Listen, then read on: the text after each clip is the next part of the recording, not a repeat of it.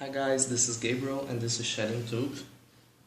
Today we're working with the book from 1797, The Ideas for a Philosophy of Nature.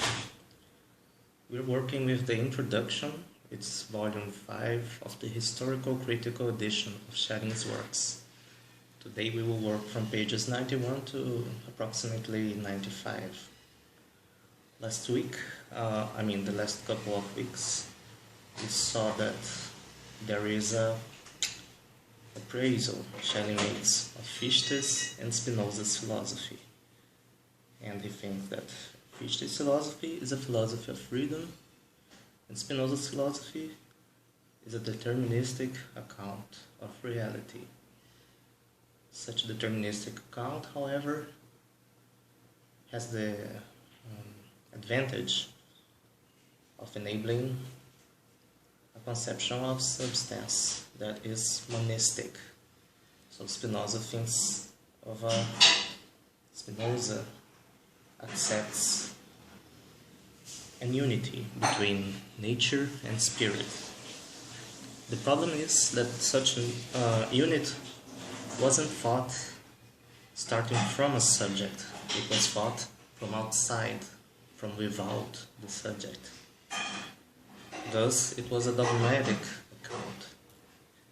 And so Schelling gives merit to philosophies such as Fichte's and Leibniz's, for thinking, especially Leibniz, for thinking the unity between matter and spirit, or mind and matter, starting from a subjectivity account, from a philosophy of subjectivity.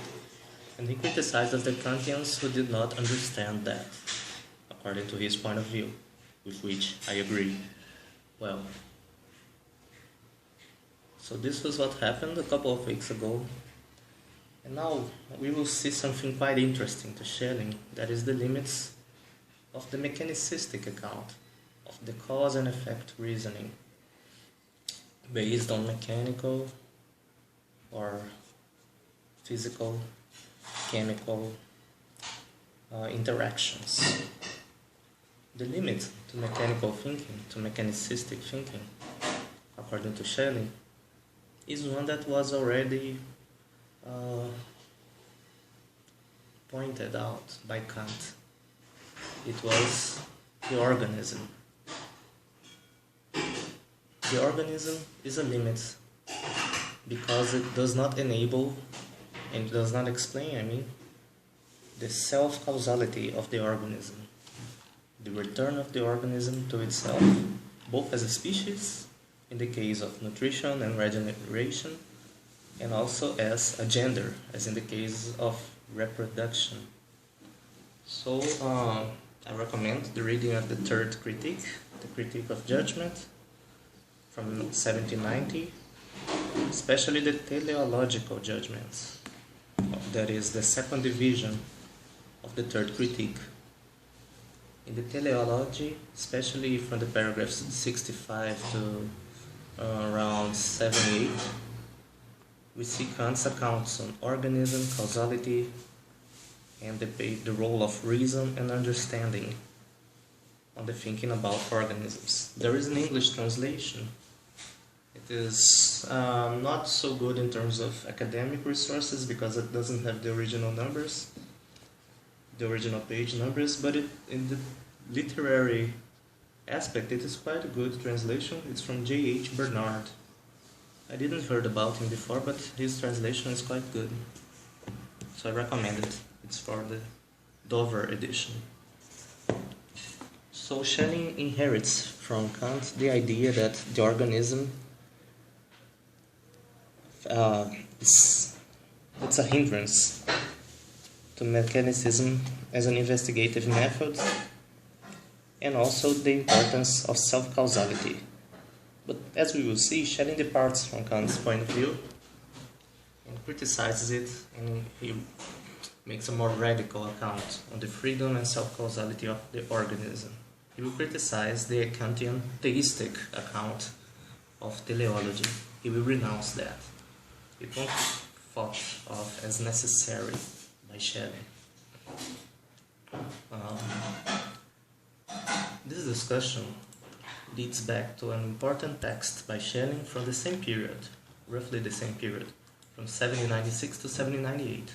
It is called the General Overview, Allgemeine Übersicht. It is a collection of anonymous contributions Schelling wrote to a philosophical journal by Fichte and Litthammer. And those papers, those contributions, they range from chemistry to Fichtean philosophy to the Kantian postulates of practical reason and some sketches of his philosophy of nature. So it is a fragmentary work, but it is quite interesting to understand a lot of Schelling's intellectual production in the 1790s. We even see the first mention to the importance of a philosophy of art as a connection between a philosophy of nature and a philosophy of history. And here Schelling mentions that the organism is related to the human spirit or mind, and he breaks with the Kantian analogy between nature and art. According to Schelling, nature can't be thought of as an analogon to the work of art, because unlike the work of art, the organism doesn't need something external to insert finality and to shape its matter. The organism is